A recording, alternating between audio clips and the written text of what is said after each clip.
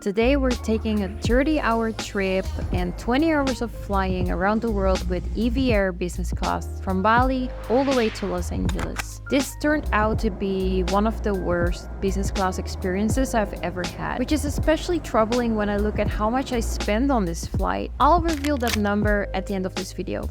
And I didn't even use a credit card or points or anything for this. I literally paid right out of my pocket. We're starting with a short hour flight with Garuda business class and then 2 separate flights with Eva Air business class, clocking in at 5 hours and then 12 hours. Honestly, the warning signs were right there from the start as I couldn't get a direct flight, but I've never flown with Eva Air and this was also my first time to the States. So far I heard good things about Eva Air, so I wanted to check them out, but yeah, I was in for a rude awakening. So I think I'm gonna check out the business lounge just to see what it's like.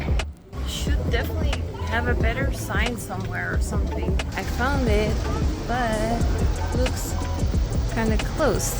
Oh, they open at 6. Great. Then we wait. First flight now is with Garuda, and then the second and third flight is with Eva Air, which is a new airline to me. I've never flew with that. Flying business class. I flew business class before with Emirates and also with Singapore Airlines and KLM. So yeah, I'm curious to see if I like it. I got sent to the wrong business lounge and I was waiting there. Now I have to go to another business lounge. It's actually too early to drink. Most of the food is Indonesian.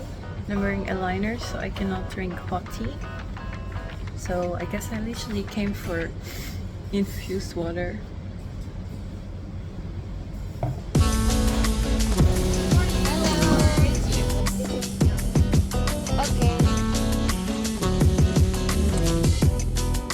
First flight, which was actually with Garuda from Bali to Jakarta, it was not worth it. The business class was very small, was kind of like economy.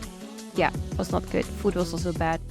The chairs couldn't even go flat, and because I was so tired, I just wanted to sleep and I felt so sick. And what I didn't realize and really didn't expect when booking was that I'd have to pick up my luggage in Jakarta and then recheck it in for the next flight during my layover. And again, I'll reveal the crazy cost of all of this at the end of the video. Now, let's grab our baggage.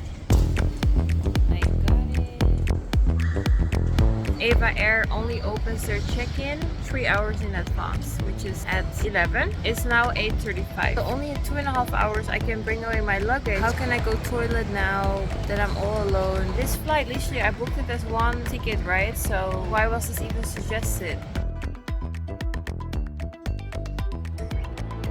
After all that drama, finally I checked in my bag. Now I'm in the Plaza Premium Lounge in Jakarta. I think I'm just gonna work here, eat. I am so tired.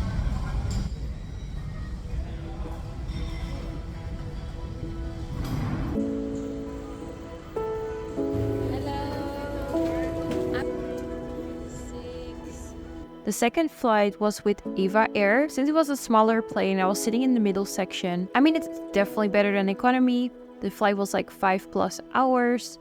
I didn't really have my own cube, like I was sitting next to someone and I could clearly see and hear and everything, so didn't have much privacy there. Also, the place where you put your feet was very small, so I couldn't really sleep in this flight. It wasn't too comfortable. Also, the food was just so weird.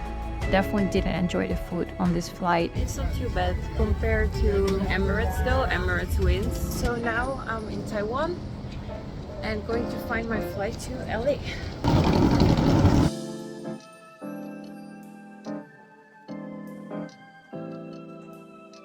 This one makes me excited to fly. Now I'm like, okay, 12 hours. I wouldn't even mind if it was 20 hours.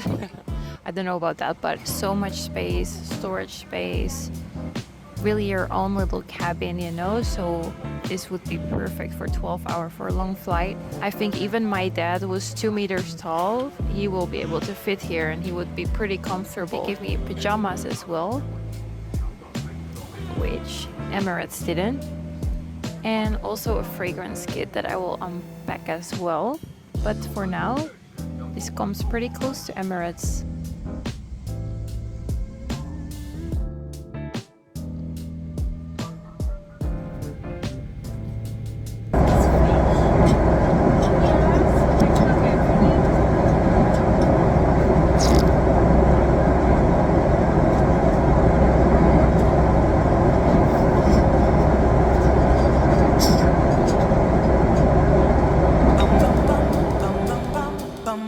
slept pretty much the whole 12 hours, I would say, besides the eating. Also on this flight, I didn't like the food.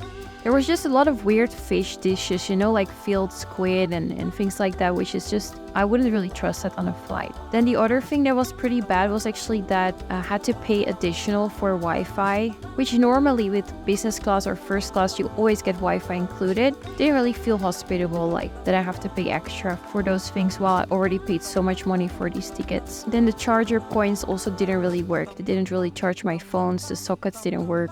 Which in business class, again, if you want to work from your laptop, like that's to be expected that you can charge your laptop, and it just didn't work at all. This 30-hour business class flight was definitely not worth it. I would definitely recommend to avoid any flights with long layovers because they just make everything so complicated and they really make you tired, especially if your flights are already this long. Even if you book one ticket, because this was one ticket, and that's why I never expected that I had to recheck my luggage again, because normally if you book for one ticket, you don't, because Garuda and Eva Air don't have a partnership or alliance or agreement. They don't help each other with luggage. Make sure somehow to check whether the airlines have a partnership for luggage or not. Otherwise, trust me, it's really a pain in the ass, especially if you have a big suitcase. And finally, for the cost, as I said, I am Dutch, so I couldn't get an American Express card. I didn't use any points, no credits or anything like that. I do, of course, have a very successful business which also runs passively even while I was traveling, so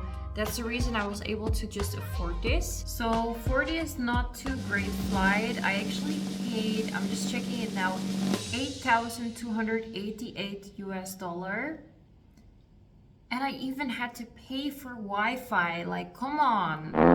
But during this time in the air, I actually, when I landed, I checked and I actually made 27,000 US dollars. So I more than made that money back. But I can't imagine how disappointed I would be if, for example, this $8,288, if that was my last money or I saved up for it and I was hoping for this amazing experience, then I would be super upset that it definitely disappointed. But luckily, because I made so much, it didn't do me too much harm. And while flying points and like Amex cards and all of this stuff, you see it so much. While that's all really great and it would definitely be helpful, I think it's much more powerful that you actually have an online business which can generate you income and revenue, so you don't have to depend on points. So yeah, if you would want to learn how you can become a freelancer, make between $3,000 to $5,000 a month from your laptop, even when you're in the plane, right?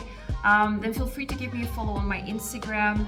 And if you want to fly business class and you want to have an amazing experience, I definitely recommend you to fly with Emirates.